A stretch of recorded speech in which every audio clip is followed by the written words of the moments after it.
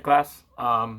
So for my persuasive speech today, I'm going to talk to you guys a little bit about something I'm really passionate about, which is hunting. It's something I've grown up doing, and something I really enjoy doing when the right time of year comes around, of course. And so more or less, I know that a lot of people have a very twisted image of what hunting is.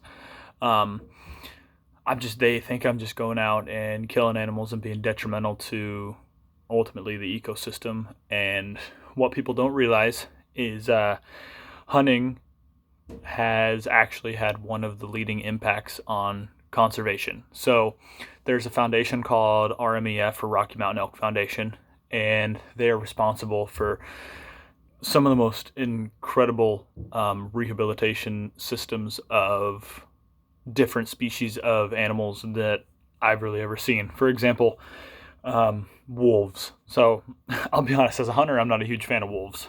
But they were overhunted, especially in the early 1900s, and it almost hunted them nearly all the way to extinction.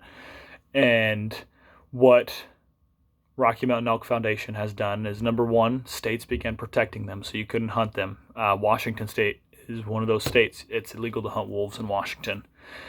And since then, they have transferred packs from other locations around the country, brought them here, and been able to make them successful to bring them back to not quite the numbers they once were, but into numbers that are quite impressive. Or if that's not a good enough one for you, possibly the most well-known example of overhunting is the bison. In the 1800s, when people began settling across the United States, they began to realize bison is these big trophy animals, and they are big, beautiful creatures, and people hunt them all the way across the Great Plains. And like I said, with the wolves, basically hunted them to extinction. They were one of the most abundant animals in all the world, but in a matter of, I want to say, like 45 years, they became one of the most endangered.